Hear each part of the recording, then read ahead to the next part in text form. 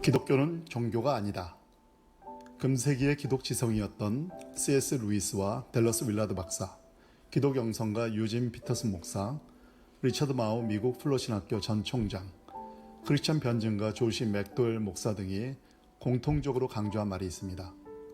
바로 기독교는 종교가 아니라는 말입니다. 그들 모두는 말했습니다. 기독교는 종교도 라이프 스타일도 신념도 아니다. 그 이상의 어떤 것이다. 디트리 보네퍼를 아십니까? 아마 한국의 많은 분들, 크리스찬뿐 아니라 비신자들도 본헤퍼라는 이름은 한 번쯤 들어보셨을 것입니다. 보네퍼는 1945년 4월 9일 교수형에 처해져 39세의 삶을 마감한 독일의 신학자이자 목사입니다.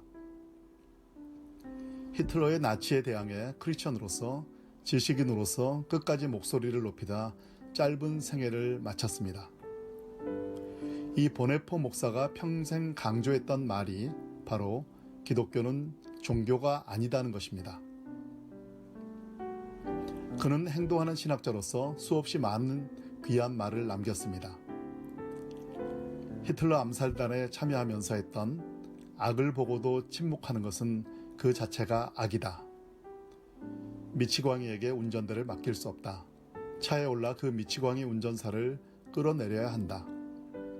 그리고 교수형에 처해지기 직전 했던 이것이 마지막이다. 그러나 나에게 있어서 새로운 삶의 시작이다. 라는 말 등은 지금까지 많은 사람들에게 회자되고 있습니다. 비록 39세의 짧은 삶을 살았지만 보네퍼 목사는 진정한 제자의 삶을 살아낸 행동하는 크리스찬의 전형으로 남아 있습니다.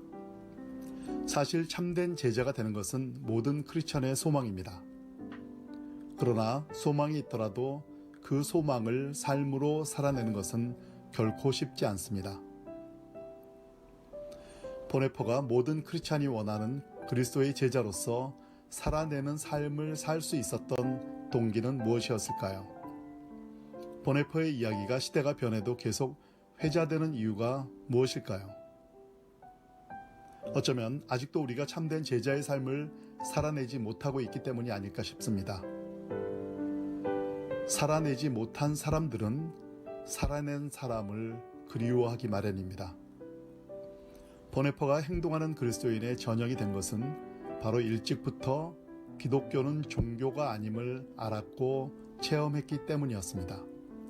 1928년 22세였던 보네퍼가 고등학생들에게 한 강연에 믿음의 본질이 들어있습니다.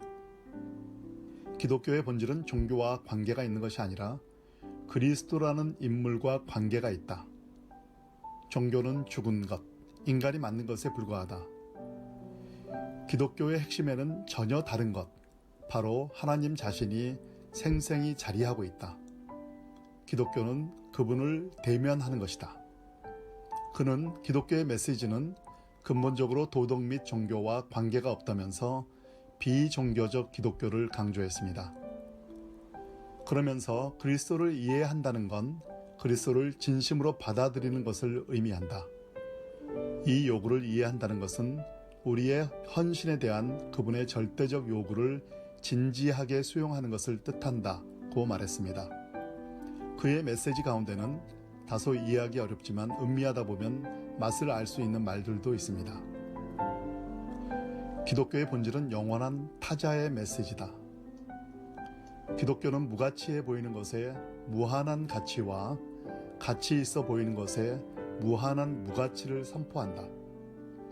간단히 보네퍼에 대해서 살펴보겠습니다. 그는 1906년 2월 4일 독일 브레슬라우의 유복한 가정에서 태어났습니다. 행복한 유년기를 지냈습니다. 뛰어난 피아노 연주가이기도 한 그는 천재성을 지닌 신학자였습니다. 1923년 17세에 튜빙겐 대학교에 입학했고요. 21세에 베를린 대학교에서 신학박사 학위를 받고 24세에 대학 교수 자격을 획득했습니다.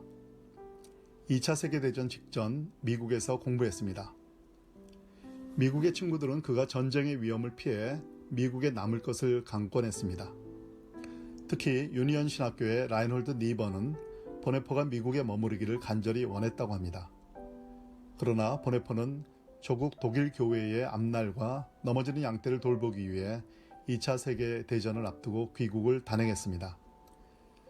나치 치하에서 그는 줄기차게 평화를 외치며 신앙 영역과 정치 영역의 일치를 꾀했습니다. 목사의 신분으로 히틀러 암살 음모에 가담했습니다. 1943년 체포된 그는 1945년 4월 9일 새벽 39세를 일기로 형장의 이슬로 사라졌습니다.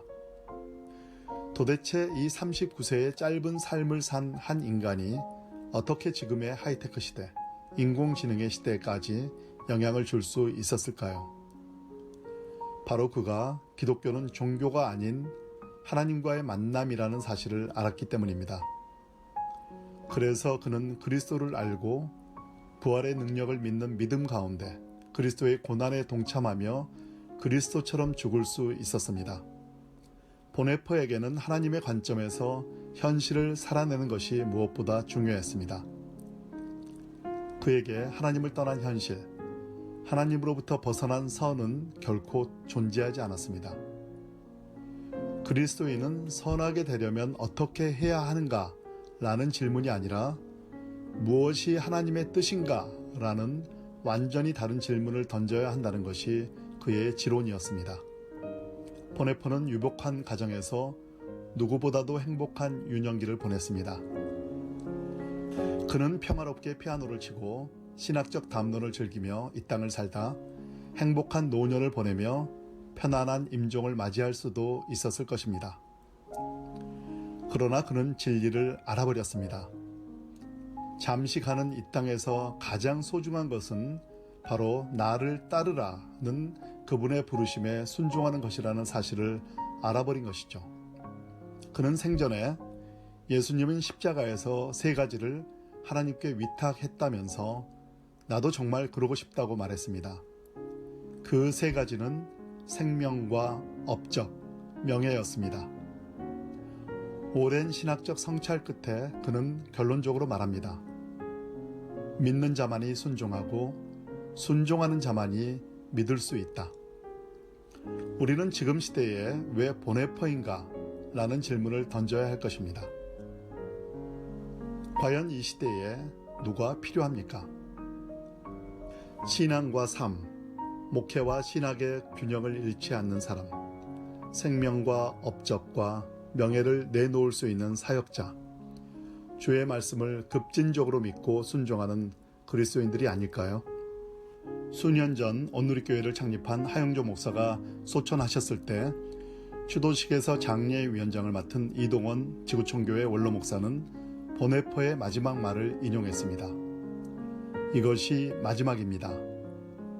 그러나 나에게 있어서 새로운 삶의 시작입니다.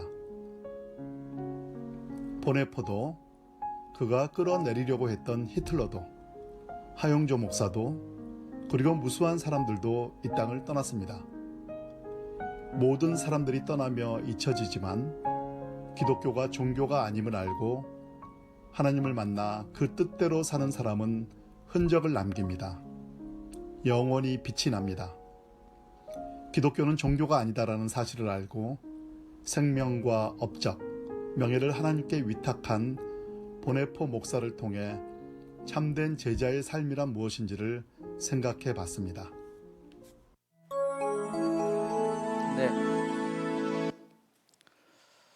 네, 오늘 제목은 기독교는 종교가 아니다, 생명입니다 라는 말씀입니다. 요한복음 11장 23절에서 28절 말씀 같이 읽겠습니다. 말씀 본문 읽겠습니다. 시작. 예수께서 이르시되 내 오라비가 다시 살아나리라. 마르다가 이르되 마지막 날 부활 때에는 다시 살아날 줄을 내가 아나이다. 예수께서 이르시되 나는 부활이요 생명이니 나를 믿는 자는 죽어도 살겠고 무릇 살아서 나를 믿는 자는 영원히 죽지 아니하리니 이것을 내가 믿느냐. 이르되 주여 그러하외다. 주는 그리스도시요 세상에 오시는 하나님의 아들이신 줄 내가 믿나이다. 이 말을 하고 돌아가서 가만히 그 자매 마리아를 불러 말하되 선생님이 오셔서 너를 부르신다 하니. 아멘. 요즘 저희가 구원의 절기에 지금 부활절 절기를 지나가고 있고 이제 다음 주면 승천절이 됩니다. 이제 40일이 되는 거죠. 성경을 그 관련된 말씀을 계속 읽고 있습니다. 여러분은 어떤지 모르겠지만 저는 굉장히 힘듭니다. 제가 처음 주님을 인격적으로 만나고 나서 성경을 읽었을 때 꿀과 꿀송이 같았지만 읽으면 읽을수록 나는 왜 이렇게 바리새인하고 똑같지? 성경에 나오는 예수님이 그렇게 책망했던 서기관과 바리새인들과 그들과 제 모습은 너무나도 똑같은 것들이 너무 많이 발견되면서 힘들었습니다. 성경을 읽고 있다라는 위로가 있을 뿐이지 읽으면 읽을수록 그 안에 제 모습이 더 드러나는, 요즘 또 그렇습니다. 오히려 이 부활의 절기에 막 부활의 소망 갖고 읽었는데 유대인하고 너무 똑같은 제 자신의 모습을 너무 많이 봅니다. 예수님을 계속 거부하고 돌을 던지려고 그리고 죽이려고 하는, 그리고 내 상식으로 이해되지 않기 때문에 도저히 받아들일 수 없다, 그리고 예수님이 어디서 왔는지 이야기하면 나 너의 고향이 나사렛인지 내가 알고 있다 이러면서 이 땅의 이해를 가지고 계속 예수님을 막아쓰는 그 유대인의 모습이 또 저의 모습이기도 합니다. 굉장히 말씀을 읽고 하는 것이 힘들었습니다. 지금도 여전히 힘듭니다. 계속 내 안에 아닌 것 같이 이렇게 포장해두고 덮어놓았던 나의 본질적인 것도 자꾸 이렇게 마치 그 먼지가 일어나듯이, 그 꾸중물에 그 흙탕물이 자꾸 일어나듯이 이제 그런 것이 자꾸 일어나고 있어서 마음이 너무 힘듭니다. 도대체 속사람은 언제 크는 거야? 언제 바뀌는 거야? 이런 것도 한편에서 일어나고, 도대체 이게 어떻게 되는 거지? 라는 그 본질적인 회의가 제 안에 일어나고도 있습니다. 이런 가운데 다시 한번 제 마음속에 전에 한번 크게 부닥쳤던 말씀인데 바로 우리가 오늘 보았던 거죠. 기독교는 종교가 아닙니다. 처음 이 얘기를 들으면서 딱 뜨아했어요. 종교가 아니면 뭐야? 과학이야? 수학이야? 약간 이런 생각이 휙 지나갔는데 기독교는 종교가 아닙니다. 종교라는 카테고리 안에 넣은 것이 사람이지 하나님이 아니신 거죠. 하나님은 종교라는 영역 안에 머물러 있지 않으시죠. 우리가 여러 가지 영역을 나누면서 경제 영역, 정치 영역 이러면서 종교 영역 이렇게 나누어 놨는데 이런 나눔, 이렇게 나눠 놓은 것 자체가 인간의 생각에서 나눠 놓은 것이지, 그래서 하나님은 그 종교 영역 안에만 계시는 분일까요? 그렇진 않은 거죠. 기독교는 종교가 아닙니다. 종교가 이야기하는 내세론이 있어야 되고 신론이 있어야 되고 구원론이 있어야 된다. 모든 종교가 종교이기 위해서 있어야 될 기본적인 요소, 소위 말하는 종교 철학에서 이야기하는 그런 요소가 필요한 것이다. 이런 식의 접근을 자꾸 배우니까 기독교는 그냥 종교 중에 하나이구나 라는 생각을 나도 모르게 쓱 받아들이고 있는 우리의 모습입니다. 그러나 기독교는 종교가 아닙니다. 기독교는 생명입니다. 이 말이 굉장히 어폐가 있어 보이고 굉장히 거부감스럽게 느껴집니다. 주님은 계속 우리에게 내가 기독교를 만들러 왔다 이렇게 얘기하지 않으시고 내가 생명이다, 내가 부활이다, 내가 선한 목자다, 자꾸 이렇게 이야기를 하시는 거예요. 그러니까 주님이 내가 누구인지를 주장하는 것과 우리가 지금 얘기하는 그 예수를 믿는 기독교에서 이야기하는 메시지랑 참 이렇게 다른 부분이 많이 보일 때마다 뭐가 이렇게 우리로 하여금 다른 길로 가게 만들고 있나, 이런 것들을 자꾸 이렇게 반추하게 되는 거죠. 기독교는 생명입니다. 그럼 이게 성경에 계속 이것을 기록하고 있는데 요한복음 거의 끝부분에 20장 30절과 31절 볼까요? 시작. 예수께서 지도자들 앞에서 이 책에 기록되지 아니한 다른 표적도 많이 행하셨으나 오직 이것을 기록함은 너희로 예수께서 하나님의 아들 그리스도이심을 믿게 하려 함이요 또 너희로 믿고 그 이름을 힘입어 생명을 얻게 하려 함이니라. 성경책을 기록한 목적, 그리고 성경책에 많은 표적 기적과 예수님의 메시지가 들어가 있는데 이런 것이 기록된 목적이 뭘 위해서라고요? 우리로 하여금 생명을 얻게 하기 위해서. 지식을 얻거나 뭔가 새로운 정보를 얻는 정도가 아니라 생명을 얻게 하기 위해서 주님이 성경을 기록하시고 거기에 많은 주님의 메시지와 표적들이 담겨져 있는 거죠. 어떤 면에서 표적을 행하신 이유, 이런 메시지를 하신 이유, 이런 것이 다 좀 하나로 이렇게 귀결된다면 생명을 얻게 하기 위함이에요. 우리에게 생명이 무엇인지를 알려주고 생명을 주려 함이라는 거죠. 그럼 오늘 우리가 볼 요한복음 11장은 요한복음 12장부터 시작해서 마지막 강화라는 12, 13, 14, 15, 16, 17 이렇게까지 가는, 이렇게 보면 거의 빨간색인 거 있죠, 성경책에. 예수님의 행의 말씀. 그 앞부분에 이제 예수님의 기적이 나오는데 요한은 그 중에 수많은 기적 중에 7개를 취합니다. 그리고 그걸 취한 건 주님이 그냥 이런 표적을 행했다 이런 것이 아니라 오신 메시아 예수가 누구인지 알리기 위해서 그런 사건들 취한 거예요. 오병이의 기적을 왜 기록했을까요? 5천 명 먹었다는 걸 알리기 위해서요? 단지 그렇게 일차원적이지 않다라는 걸 충분히 이해하시겠죠? 오병이의 기적을 왜 요한이 거기에 기록해 놨을까요? 수많은 기적 중에서 예수님이 하늘로부터 온 산떡이라는 거예요. 이 떡을 먹어야 살 수 있고 그 떡이 나누어져야 된다라는 것을, 그걸 메시지, 그걸 주기 위해서 거기에 해당되는 사건을 끄집어온 거죠.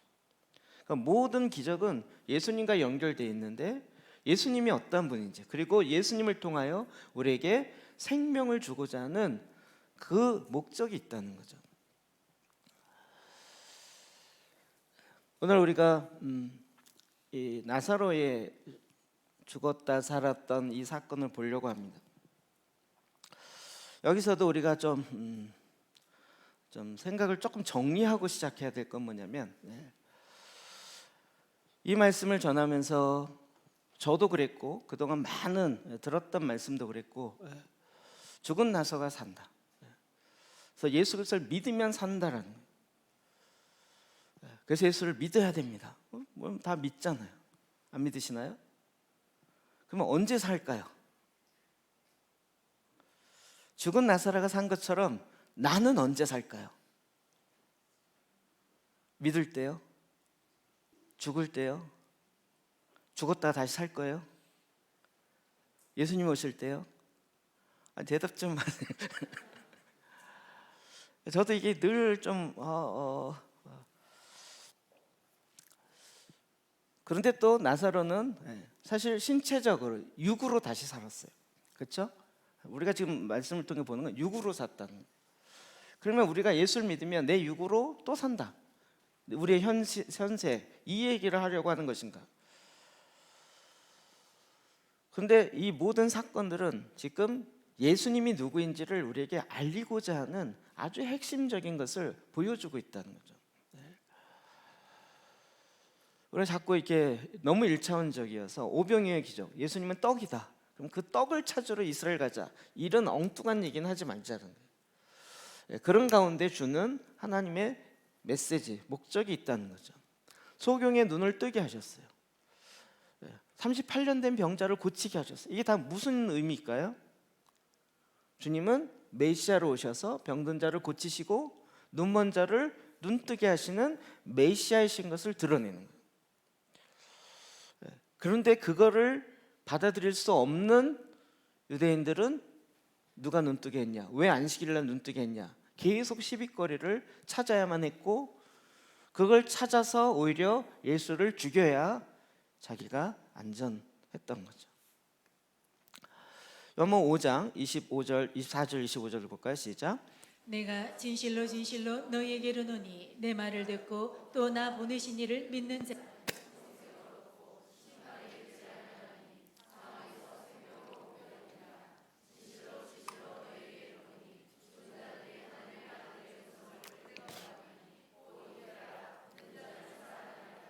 아버지께서 자기 속에 생명이 있음 같이 아들에게도 생명을 줘 그 속에 있게 하셨고. 아멘. 다시 말씀을 천천히 보면 내 말을 듣고 또 나 보내신 이를 믿는 자. 누가 보냈죠? 하나님이 보내셨어요. 그걸 믿는 자는 뭘 얻어요? 영생을 얻었고 심판에 이르지 아니하느니 사망에서 생명으로 옮겼느니라. 과거형으로.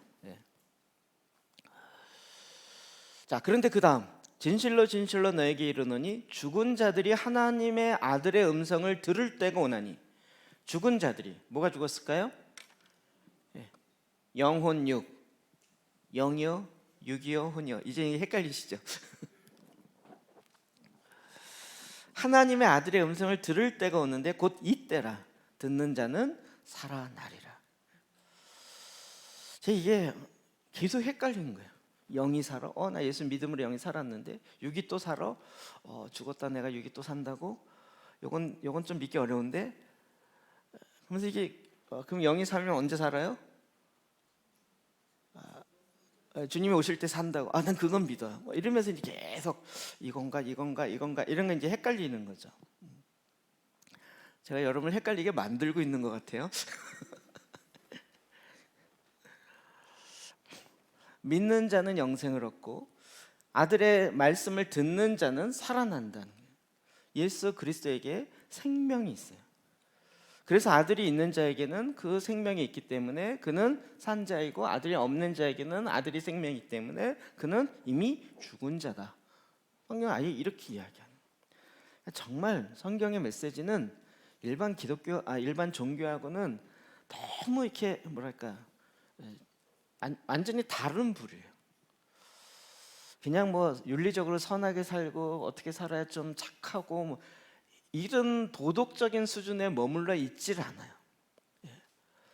문제는 우리가 도덕적인 수준에도 이르지 못하는 게 문제이긴 하지만 그렇다 그래서 기독교는 도덕적으로 옳고 도덕적으로 선하고 착하고 이런 차원에서 주님이 예수 그리스도를 보내시고 우리에게 이렇게 하신 거는 그 근본적인 목적 자체가 아니라는 거죠. 자, 이 문제를 위해서 우리는 오늘 본문을 조금 더 보길 원합니다. 나사로 그리고 거기에 베다니입니다. 베다니. 거기에 마르다와 마리아가 있는 성경에 신약에 많이 나오죠. 일단 23절 24절 읽어봅시다. 시작. 예수께서 이르시되 내 오라비가 다시 살아나리라. 마르다가 이르되 마지막 날 부활 때는 다시 살아날 줄을 내가 아나이다. 스토리는 여러분 잘 아시죠? 근데 아주 잘 설명하고 있어요. 마르다는 어떤 사람이었다고요? 예수님의 발에 향유를 붓고 머리로 씻어준, 닦아준 그 여인. 아예 그 앞부분에 설명을 하고 있어요. 그리고 마리아와 마르다, 그 사건 우리 잘 들어서 알고요. 그런데 지금 나사로에 대한 이름은 나오긴 처음이에요. 그러니까 나사로를 사실은 설명하기 위해서 그 앞에 더 유명한 마리아와 마르다를 설명해 놓고 그의 오라비 그의 오빠란 단어를 안 썼죠. 오라비 있죠, 오라비. 그냥 오빠로 합시다, 우리 현대말. 나사로를 이제 설명하는 거죠.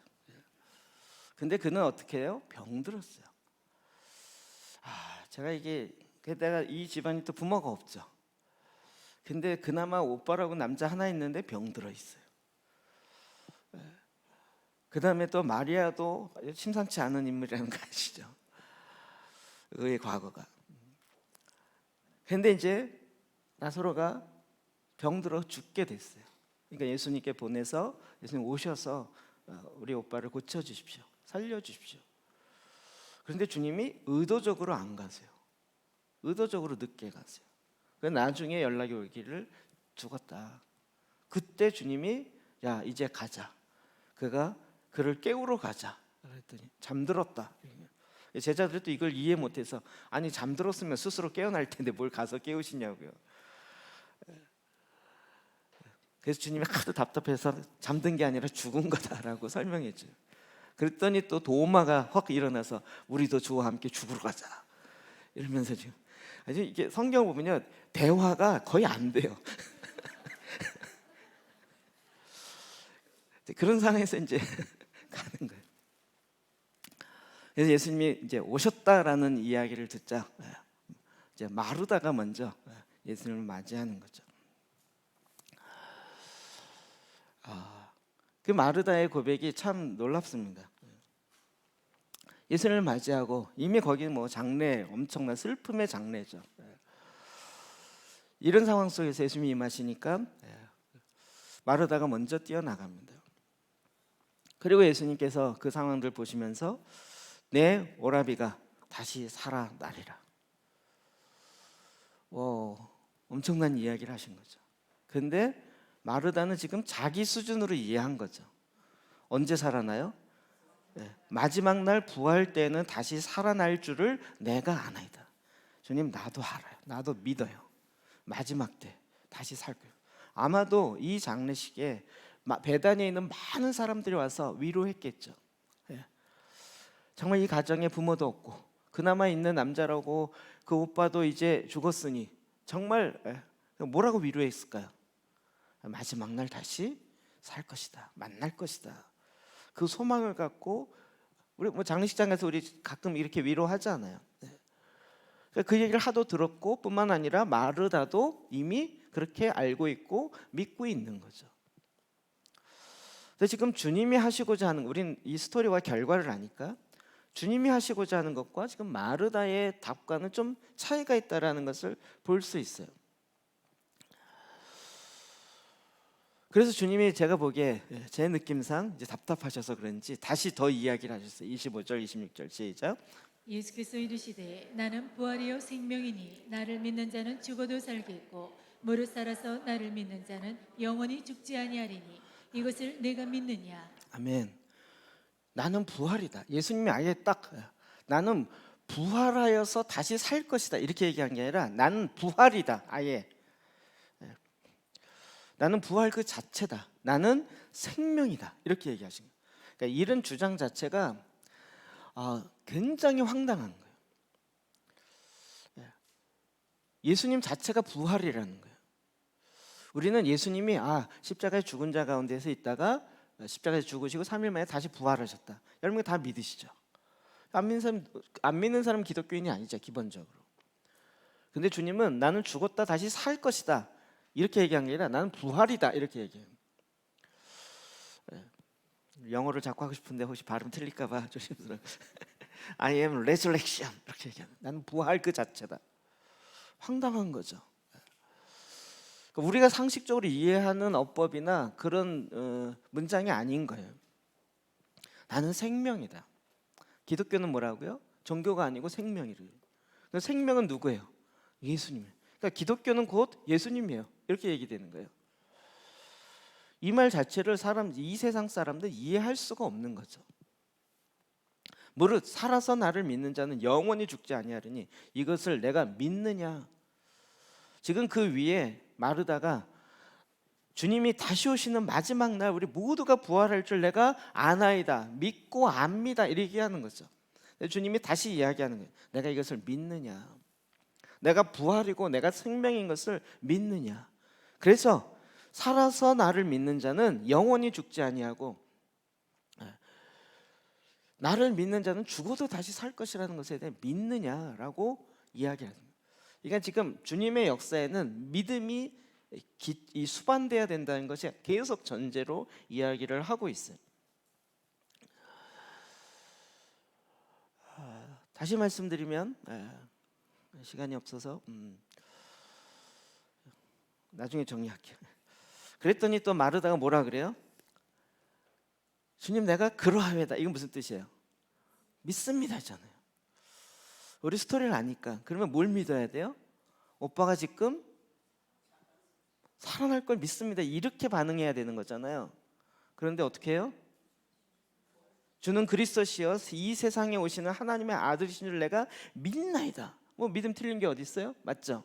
이 말을 하고 돌아가서 가만히 그 자매 마리아를 불러다 말하되 선생님이 오셔서 너를 부른다 이렇게 얘기한 거예요. 이게 뭔 뜻일까요?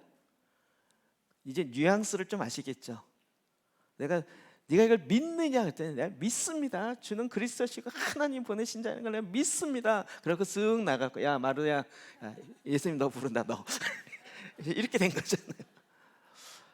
이게 무슨 상황일까요? 믿는데 지금 믿는데 믿는 거예요. 네. 예수님이 다시 오실 때 부활할 거라는 건 믿는데 지금 부활한다 이건 상상도 없었고, 근데 뭐 이해가 될 듯 말 듯한 믿는 자는 죽어도 살겠고, 뭐가 죽고 뭐가 산다는 얘기야. 또 살아서 믿는 자는 영원히 죽지 않는다. 아니야, 오빠가 죽었는데 뭘 또 영원히 죽지 않아. 도대체 이게 헷갈리는 이 예수님의 말에 이해가 안 되는 거죠. 또 뭔지도 잘 모르겠고, 그러니까 그냥 마리아 불렀고, 야 너 부른다. 진짜 불렀는지 안 불렀는지 모르겠는데 안 불렀을 것 같아요. 근데 나 진짜 대화하기 힘들다. 야 네가 해라. 약간 이런.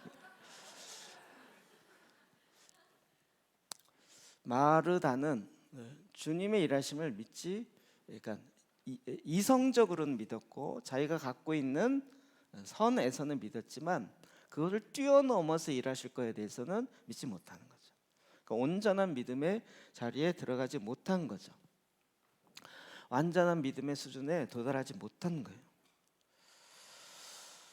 그뿐만 아니라 예수님이 오셔서 막 사람들이 모여들면서 얘기하는데 어떤 사람이, 아니 맹인의 눈을 뜨게 한 이 사람이 이토록 사랑하고 이토록 아끼는 이 집안에 이 나사로 오빠를 죽지 않게 할 수 없었더냐?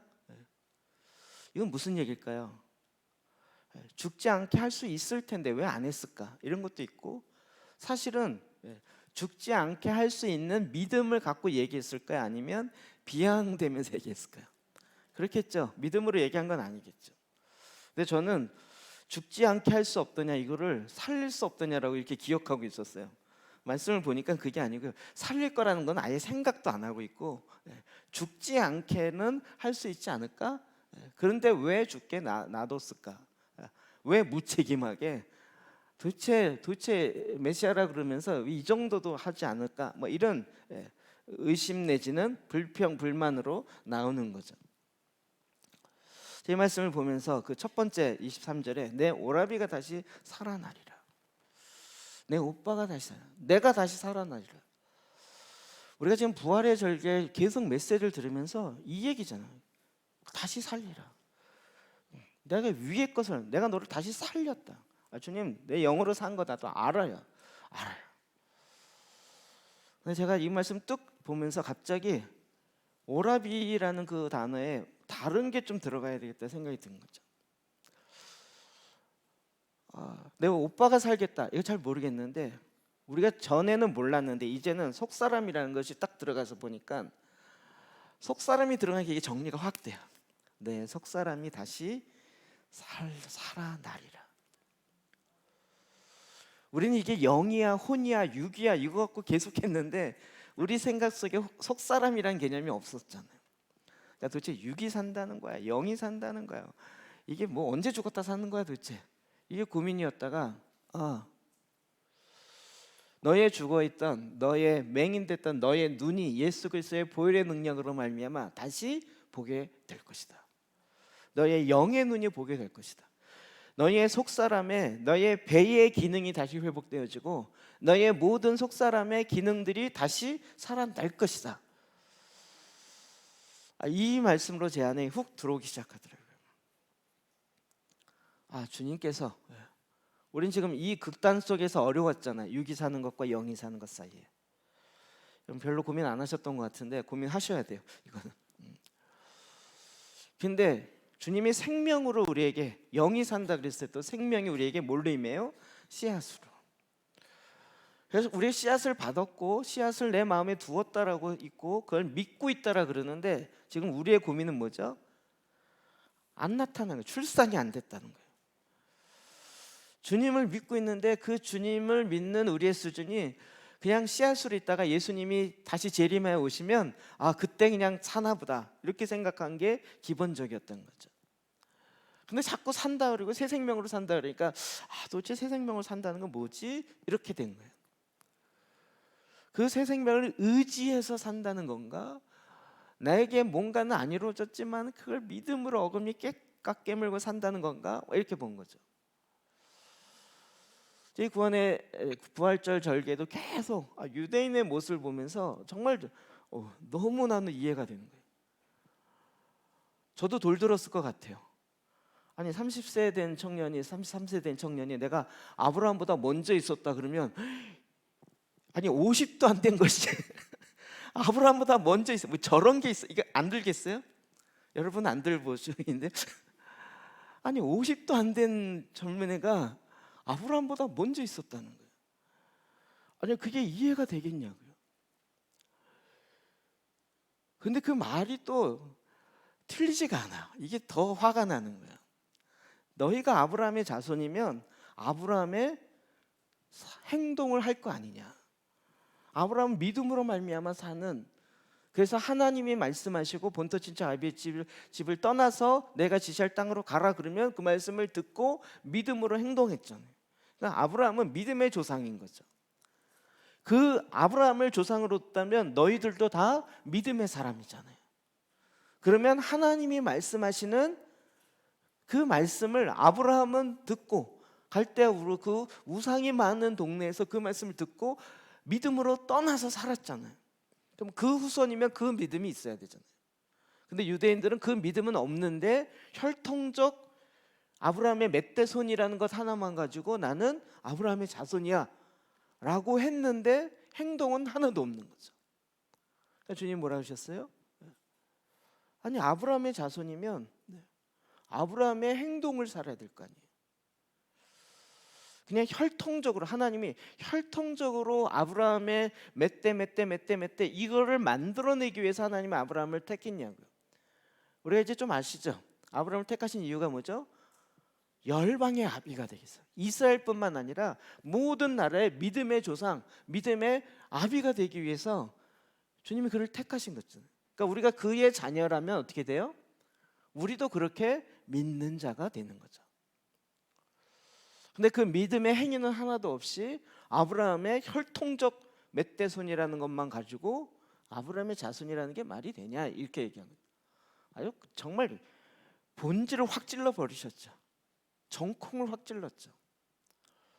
이해가 안 되세요? 그냥 우리 이 시대로 까놓고 얘기할까요? 우리 집안이 멧대 기독교 집안이야. 이게 뭔 소용이 있냐고요. 아니 본인이 지금 안 믿고 안 사는데 내가 교회를 몇십 년 다녔어. 이게 뭔 소용이 있냐고요.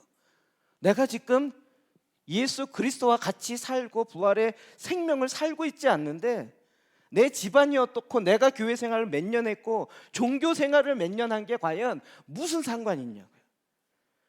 그게 더 많기 때문에 부활이신 주님 앞에 못 가는 거 아닐까요? 과거에 그랬던 경험 때문에 내가 과거에 이런 체험도 했고 이런 은혜도 받았고 이런 거 했어요. 근데 지금 언제잖아요. 지금 그 부활이다라고 얘기하는 그분이 내 안에서 부활의 실제 삶을 살고 있냐는 거잖아요.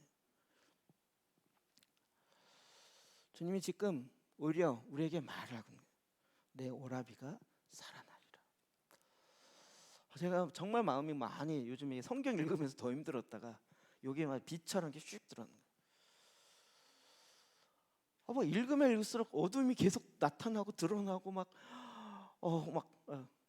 도대체 내가 막 그랬던 생각들이 나는 거야. 아니 예수를 믿으면 상식적으로 믿어야지. 상식을 안 통하는 게 도대체 믿음이야? 균형 있게 막 이렇게 했는데 그 균형은 다 땅에서 균형이었어요. 땅에서 상식이었지. 주님이 하늘에서부터 오셔서 하늘의 것을 이 땅에 이야기하는 것에 대해서는 그게 무슨 상식으로 이해되겠냐고요. 예수님이 부활이다 이게 상식으로 이해가 될까요? 예수님이 생명이다 이게 과학으로 증명이 되고 그게 어떤 걸로 이해가 될까요? 그건 진짜 믿음으로 아니면 경험할 수 없고 믿어지지 않는 거죠. 그럼 죽은 자가 다시 살아나면 어떻게 될까? 우리는 모든 사람이 다 믿을 것 같죠. 그런데 이게 메시아의 오심의 증표라고 주님이 이야기하셨어요. 세례요한이 옥에 갇혔을 때 메시아가 그분 맞는지 제자를 보내서 물어본 거죠. 당신 맞냐? 그 제자들이 물었더니 예수님이 이렇게 대답했어요. 5절 6절 시작. 맹인이 보며 못 걷는 사람이 걸으며 나병 자가 깨끗함을 받으며 못 듣는 자가 들으며 죽은 자가 살아나며 가난한 자에게 복음이 전파된다 하라. 누구든지 나로 말미암아 실족하지 아니하는 자는 복이 있도다 하시니라. 아멘. 나병 환자가 깨끗함을 받았죠. 메시아가 오셔서. 못 듣는 자, 귀머거리가 듣게 됐죠. 죽은 자가 살아나요. 성경에 지금 죽은 자가 예수님이 일으킨 게 세 명이에요. 나인성의 가부, 야이로의 딸, 그 다음에 나사로. 그렇죠. 그렇게까지 세 사람이나 죽은 자를 다시 살렸으면 뭐 엄청난 토픽감 아니겠어요? 그러면 다 믿어야 되지 않을까요? 그런데 어떻게 해요? 누구든지 나로 말미암아 실족하지 않은 자는 복이 있도다. 누가 실족했을까요? 오히려 종교인들, 바리새인, 서기관. 아니, 메시아가 나타나서 문제가 됐어요. 본인들에겐. 그러면 예수님이 비유로 들어서 했던 것이 있는데 이 비유는 아주 독특한 게 모든 비유는 실명이 나오질 않아요. 근데 이 비유만 희한하게 아브라함과 나사로라는 실명이 나와요. 근데 그 해필 실명이 또 누구랑 같아요? 죽었다 살아난 나사로와 이름이 같아요. 그래서 많은 신학자들이 이건 굉장한 의도성이 있는 거다 이렇게 얘기하는 거예요. 부자와 나사로 이야기 아시죠? 이것도 동화구연 안 해도 되죠? 그가 두 가지 요청하죠. 나사로의 손끝에다가 물 한 방울 찍어서 내 혀를 좀 목 마른 거 해갈도 아니고 그냥 시원한 것만 맛보게도 해주세요. 안 된다. 강이 있어 건너갈 수가 없다. 또 한 가지 부탁. 우리 아버지 집에 내 형제가 5이나 있는데 나사로를 살려서 보내가지고 살아난 나사로를 보면 그 형제들이 여기 안 오지 않겠습니까? 그러니까 나사로를 살려서 이 본문 비슷하죠. 나사로를 살려서 보내주십시오. 이 요청을 하는 거예요.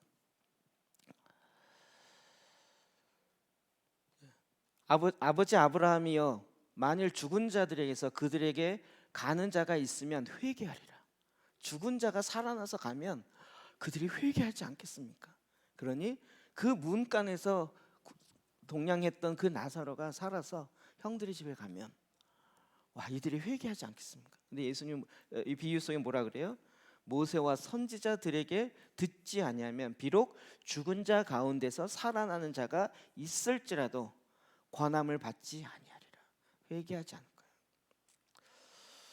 여러분 많은 사람이 죽었다 사람 나 믿어 이랬는데 안 믿어요. 안 믿어요.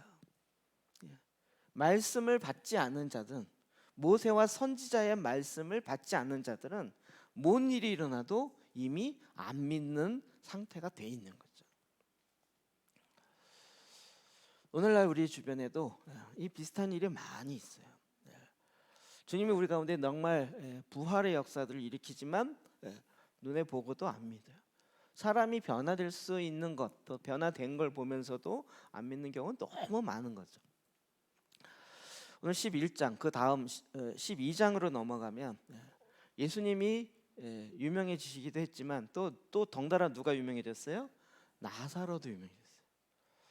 유명해져서 어떻게 됐을까요? 인기 스타가 됐긴 했지만 9절, 10절, 11절 볼까? 시작. 유대인의 그 무리가 예수께서 여기 계신 줄을 알고 오니 이는 예수만 보기 위함이 아니요 죽은 자 가운데서 살리신 나사로도 보려 함이로라. 대제사장들이 나사로까지 죽이려고 모이하니 나사로 때문에 많은 유대인이 가서 예수를 믿음이로라. 이제 예수만 보는 게 아니라 누굴 봐요? 나사로까지. 근데 예수님 꼭 예루살렘 가시면 꼭 바로 베다니 앞산이니까 앞산 넘어가니까 거기에 주로 계셔요. 그러면 거기에 꼭 가요. 그래서 예수님뿐만 아니라 죽은 나사로. 아마도 그랬을 것 같아요. 제 농담인데 찔러보고 작품에 손대지 마시고 이런 것처럼 찔러보고 꼬집어보고 진짜 맞아? 기절한 거 아니야? 잠자던 거 아니야? 뭐 이러면서 했겠죠. 죽어 있을 동안 뭐 어떻게 됐었어? 뭐 이러면서. 그런데 문제는 10절 대제사장들이 나사로까지 죽이려고 모이하니 나사로까지 이제 예수만 죽여서는 안 되겠다. 죽었다 살아난 나사로 때문에 유대인들, 많은 유대인들이 가서 예수를 믿게 되니까 이거 안 되겠다. 그래서 나사로까지 죽여야 되겠다. 이게 이 세상의 모습이죠. 세상의 모습이요. 우리 같으면 나사로를 더 막 해서 믿는 사람 더 많이 이렇게 많게 하고 싶지만 세상은 반대죠. 자, 여기서 이제 우리에게 다시 한번 좀 집중하는 것은 이 죽었다 사는 게 과연 육으로, 나사로는 육으로 살았어요. 그런데 육으로 살다가 안 죽고 영원히 갔을까요? 또 죽었겠죠. 육은 육은 죽었겠죠. 육이 다시 살았지만 그러나 지금까지 살아있진 않겠죠. 뭐 또 전설 만들지 마세요.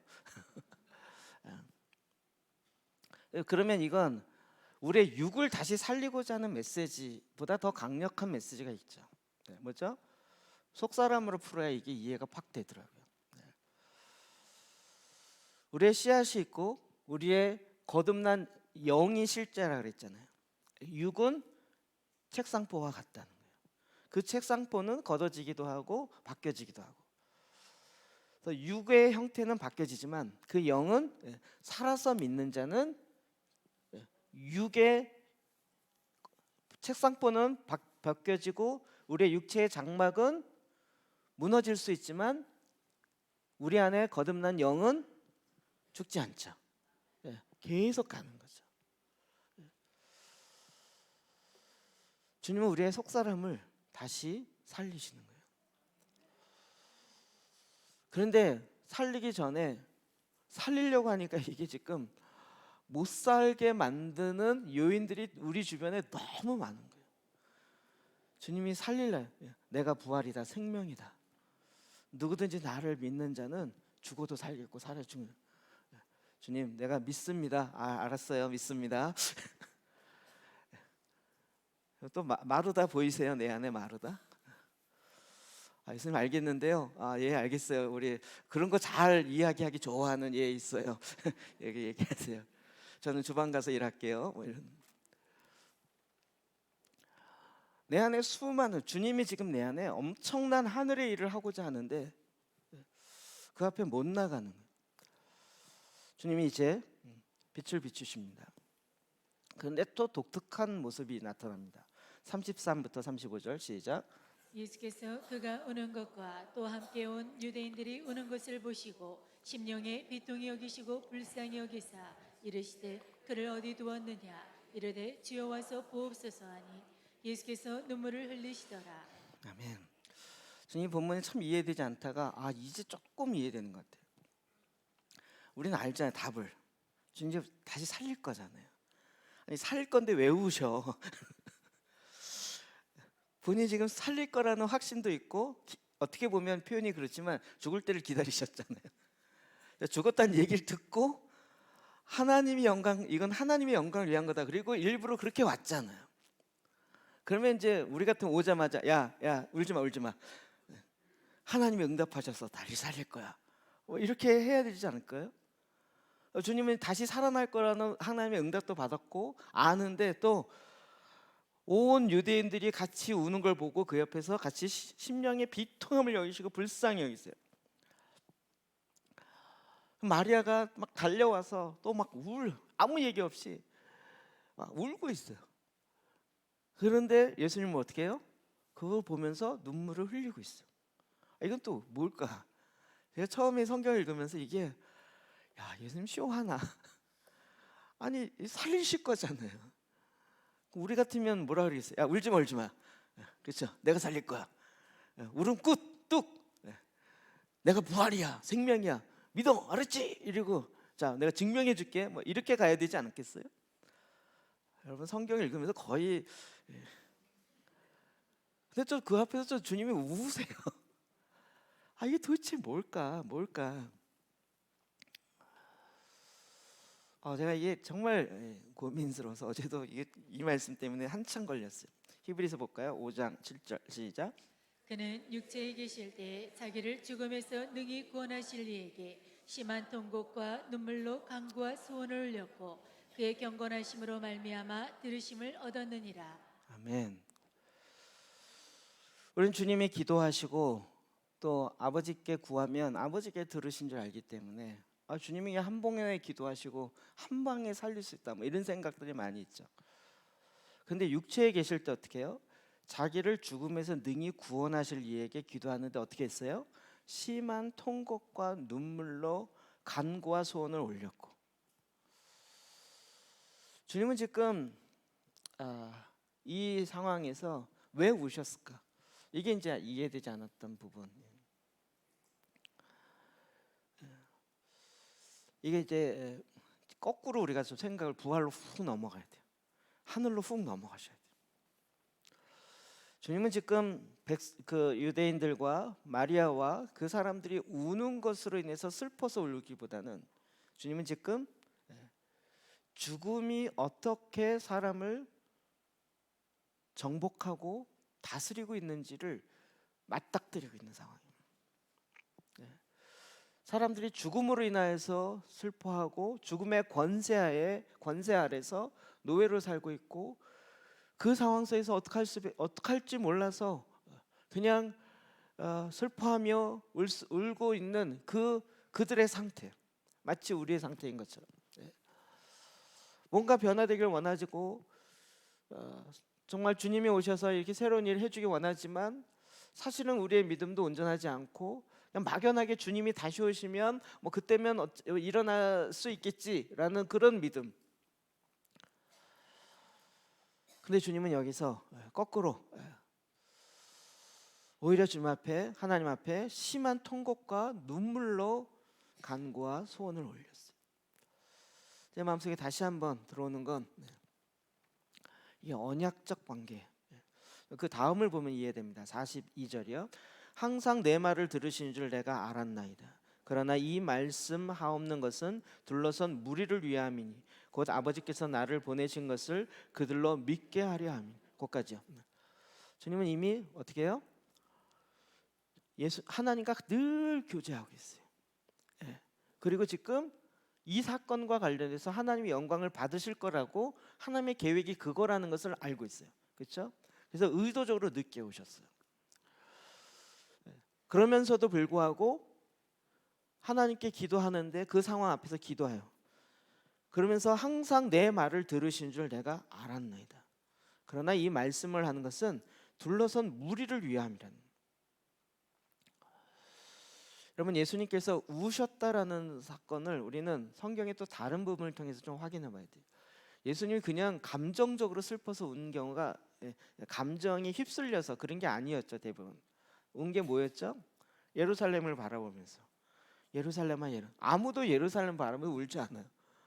예수님은 그 마지막에 예루살렘을 향해 들어가면서 예루살렘아 암탉이 너를 품은 것 같이 내가 너를 품으려고 했던 것이 얼마나 많으냐. 너희가 평화에 대해서 익히 알았으면 좋았을 것을. 그러면서 주님이 우셨어요. 통곡하며 우셨어요. 그러니까 주님의 눈물에는 그냥 슬퍼서 울었다가 아니라 거기에 엄청난 주님의 그 계획, 일하심이 있는 거죠. 주님이 여기서 죽음과 맞닥뜨리고 계신 주님이에요.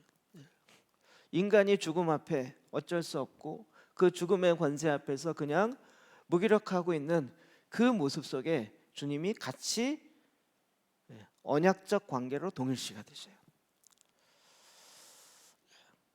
동일시 되는데, 그러나 주님에게는 뭐가 있어요? 하나님께서 하시겠다라는 하나님의 언약의 말씀이 있는 거죠. 여러분, 이 죽은 자가 살아나려면 어떻게 해야죠? 간단하죠? 죽은 자가 살아나려면 생명이 들어가야 돼요. 부활이 들어가야 돼요. 부활이 들어가려면 어떻게 해야죠? 예수의 생명이 그에게 들어가고 그의 죽음이 예수에게로 오는 거죠. 믿어지시나요? 우리는 언약에서 계속 교환 이야기했어요. 우리가 채찍에 맞음으로 그가 나음을 했어요.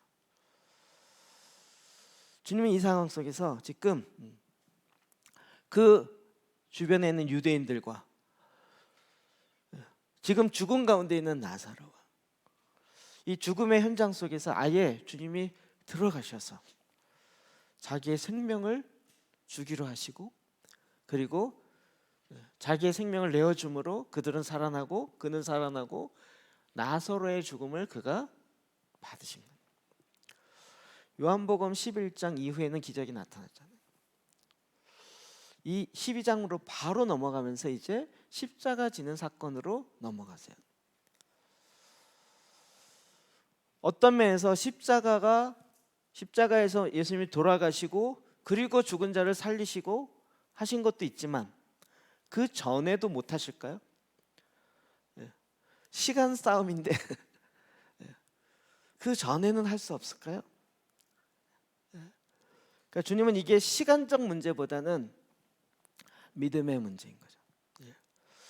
하늘의 것을 내리려면 조건이 있어야 돼요. 뭐죠? 믿음이 있어야 돼요. 자, 42절 하반절에 그들로 믿게 하려 합니다. 믿게 하려 합니다. 그들의 육이 안 죽고 다시 산다, 죽어도 다시 산다, 이걸 믿는다 할까 우리가 막 헷갈렸잖아요. 예수 그리스도의 하나님의 형상으로 지음받은 우리가 이제는 예수의 생명으로 말미암아 다시 주님의 형상으로 회복되는 거예요. 여러분, 그렇게 회복되어진 형상은 이제 죽음의 권세를 깨트리고 돌파하며 이 땅에 하늘의 것을 살아내기 시작해요. 제가 보네포 독일의 목사예요. 이번에 쓴 책도 제가 몇 권 있고 뭐 여러분도 좀 들어보셨죠 가끔.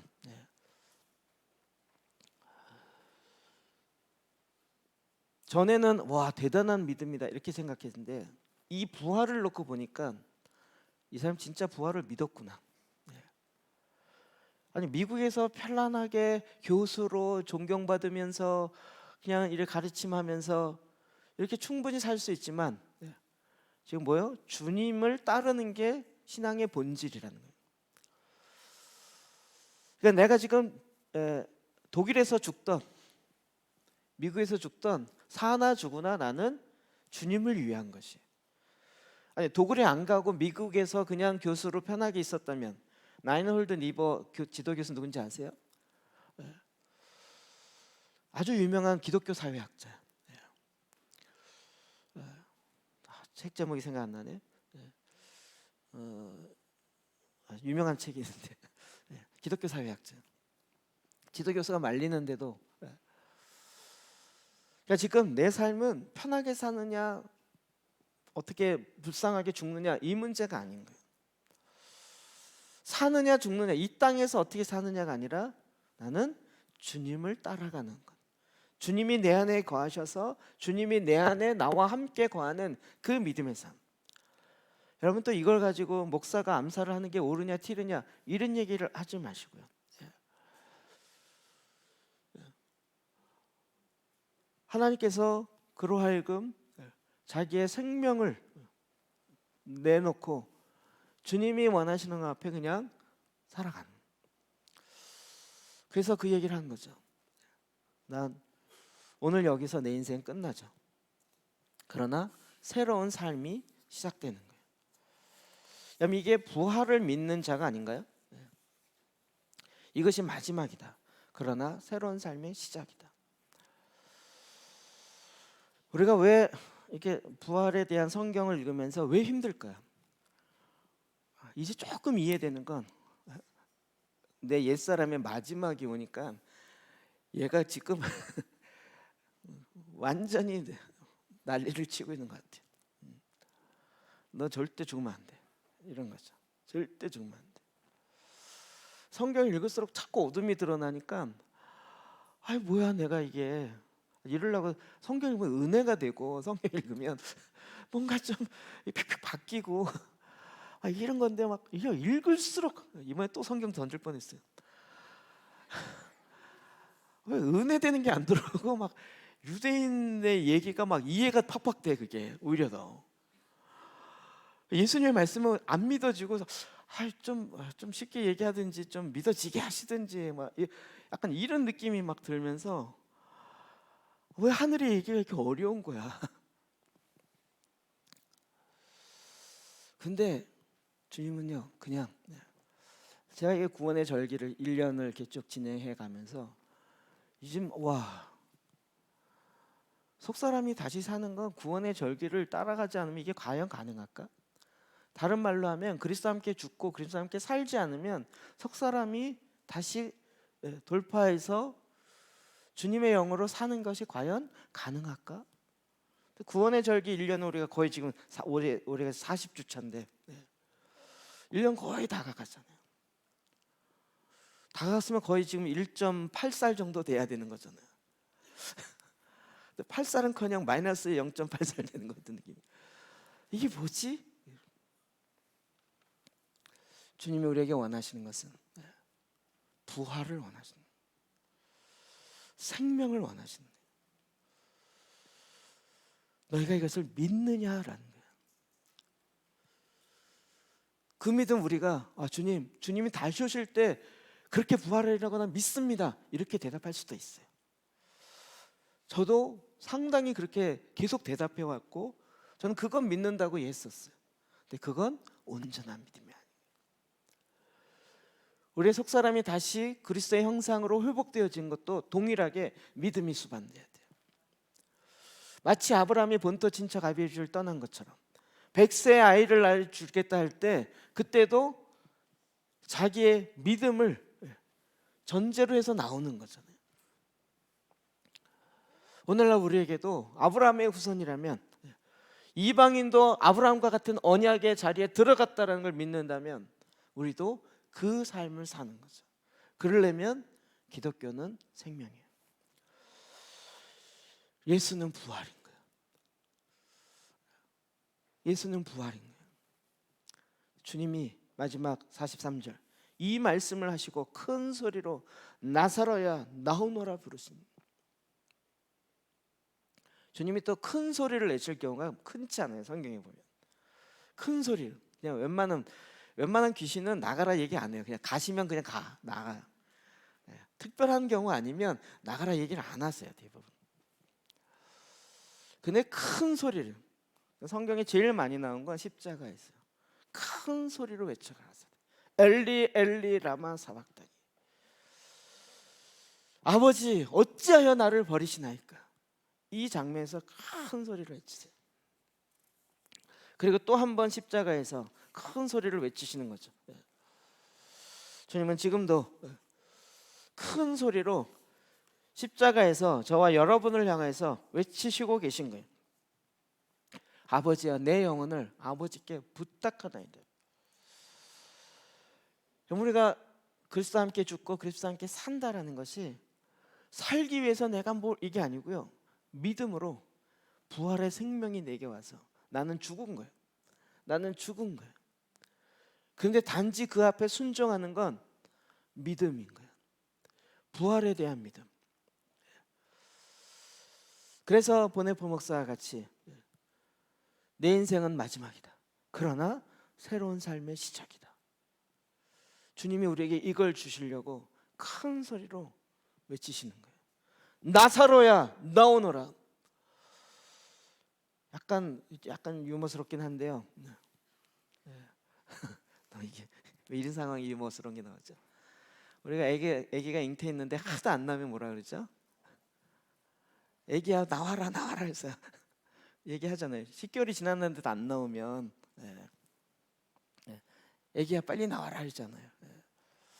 약간 그런 것처럼 거꾸로 저는 들렸어요. 이게 나사로야 나오너라. 주님이 지금 저와 여러분에게 그리스도의 형상으로 나타나게 하기 위해서 하는데 우리가 자꾸 출산을 안 하려고 그래요.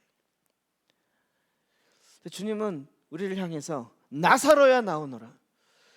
너희의 보지 못하고 있는 눈은 영적인 눈은 다시 열어질지어다.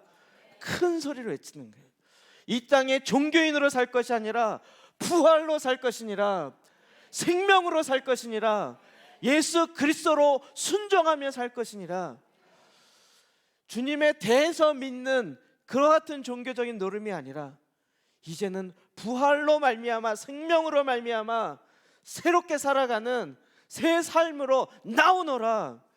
과거에 믿었고 과거에 살았던 것으로 살아가고 내가 아브라함의 후손인 것으로 살아가는 이게 아니라 이제는 오늘 생명으로 부활로 살 수 있는 그 새로운 산 길로 나오너라. 주님이 큰 소리를 외치는 거예요. 죽은 자가 수족을 배로 동인 채로 나오는데 그 얼굴은 수건에 쌓였더라. 죽은 자의 모습으로 있어요. 죽은 자의 모습. 우리가 살아나는데 죽은 자의 모습을 있어. 이것도 이게 속 사람이 이해되면서 이것도 이해되는 거예요. 어떤 사람 출산했는데 아직도 이 수건으로 얼굴이 쌓여 있어서 그때부터 뭐 해야 되죠? 하나씩 벗기고. 여러분 애가 나오자마자 엄마 그런가요? 그렇죠? 엄마도 일단 보는 것도 안 돼요. 그렇죠? 시력부터 해서 보는 것도 며칠 지나야 보기 시작하고 눈동자 맞추는 것도 그렇고 그때부터 이제 그리스도의 형상으로 자라가고 일어나는 일들이 우리 가운데 일어나기 시작해요. 여러분 가운데 이게 참 말도 안 되는 적용인 것 같은데 출산을 했는데 여전히 얼굴에 수건으로 싸서 죽은 자의 수족으로 배로 동인 채로 계속 살아났는데 묶여있는 채로 주님이 지금 저와 여러분을 향해서 이 시대에 부활을 믿는다는 게 뭐냐, 부활의 삶을 산다는 게 뭐냐, 왜 기독교는 종교가 아니고 왜 기독교는 부활인가, 기독교는 왜 생명인가. 그러니까 우리가 지금 내가 뭐에 대해서 믿느냐, 이거보다 더 중요한 건 내가 지금 그 부활의 생명으로 오늘 살아가고 있고 숨쉬고 있느냐. 주님은 우리에게 생명의 빛을 비추시는, 이 구원의 이제 오후에 또 이야기하겠지만 생명의 물을 주시고 생명의 빛을 비추시고 생명의 떡을 주시고 생명의 길로 인도하시는, 다 뭐예요? 생명으로 우리에게 부어주는. 우리는 지금 육으로 살아 있으니까 생명 다 있다 이렇게 생각하는 거죠. 근데 이 세상에 내 생명, 육의 생명만큼이나 중요한 게 뭐가 있을까요? 어떤 재산이, 어떤 명예가, 어떠한 뭐가 내 생명보다 더 중요한 게 뭐가 있을까요? 그 어마어마한 것을 우리는 육의 생명을 받고 있는데 이 육의 생명보다 더 엄청난 게 무엇이에요? 내 영원의 생명을 우리 가운데 주님이 부어주시는, 이걸 믿는 믿음으로 살라는 거죠. 와, 저 시계가 멈췄네요. 죄송합니다. 여기 달려있는 벽시계가 멈췄어요. 계속 멈추면 좋겠다. 설교 계속하게. 12시 10분 전에 멈춰서 지금 계속 이상하다네. 지금 12분이네. 주여, 주님이요, 저 여러분을 향해서 지금 부활의 절기를 계속 진행하면서, 전 부활의 절기가 부활해서 막 할렐루야 50일 동안 춤추면서 다닌 줄 알았더니 그게 아니라 부활의 절기에 부활의 생명을 계속 부으시고 말씀을 부으시는데 내 안에 있는 어둠, 죄악으로 인한 그 어둠의 권세들이 드러나는 거예요. 왜요? 생명이 나타나야 하기 때문에. 그리고 주님은 이 나사로의 이 사건을 통하여 보이시는 거예요. 나사로 또 죽었어요. 그럼에도 불구하고 그들의 눈 가운데 부활로 산 것이 무엇인지를 마치 오병이의 떡과 같이, 마치 38년 된 병자 고침 받았지만 그거 또 죽었어요. 안 죽었겠습니까? 그러니까 병자 고치는 것 자체가 목적이 아니라 그걸 통해서 주님이 우리에게 38년 된 우리의 속사람의 병든 것을 다시 회복하고 다시 그리스도의 형상으로 나타나게 하려는 하나님의 영원한 계획이에요. 영원한 생명이 우리 가운데 있다는 것을 알리고자 하는 거죠. 그래서 그 생명의 빛을 비추셔요. 그리고 이 부활의 절기에 주님이 큰 소리로 외치시는 거죠. 나사로야, 나오너라. 내 속에 있는 죽어있는 하나님의 형상, 그리스도의 형상들은 이제 예수 그리스도의 생명으로 다시 살아날지어다. 예수의 십자가의 죽음이 나의 죽음을 가져가셨고, 이제 나는 예수의 부활의 생명이 내게로 들어왔으니 그 생명으로 말미암아 믿음의 삶을 살아갈지어다. 주님이 말씀하시는 것입니다. 기도하십시다.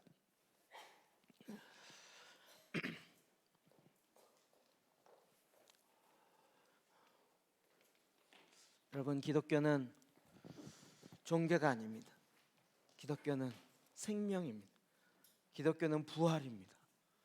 기독교는 주님이십니다. 주님과 관계하는 것이고, 주님의 말을 듣는 것이고, 주님의 말씀을 지키는 것입니다. 주님의 말씀이 영원하고 주님의 말씀이 생명입니다. 그 생명의 말씀에 대해서 지식으로 아는 것이 아니라 그 생명이 내게 들어오고 그 생명이 풍성케 되는 것이 주님이 이 땅에 오신 이유이고 목적입니다. 우리 그 주님 앞에 나가 기도하십시다. 주님, 내가 주님을 구합니다. 생명을 구합니다. 부활을 구합니다. 주 예수 그리스도 하나님의 아들이시여, 죄인인 나를 불쌍히 여겨 주십시오. 제가 주님으로 충만케 되기를 구합니다. 만물을 충만케 하신 이의 충만이 내 안에 이루어지기 원합니다. 예수 그리스도 안에서 하늘과 땅을 통일케 하시는 그 통일이 내 안에 이루어지기를 원합니다. 주님의 부활의 역사를 내 안에 일으키시옵소서. 주여 외치며 나아가 기도하십시다. 주여! 하나님 아버지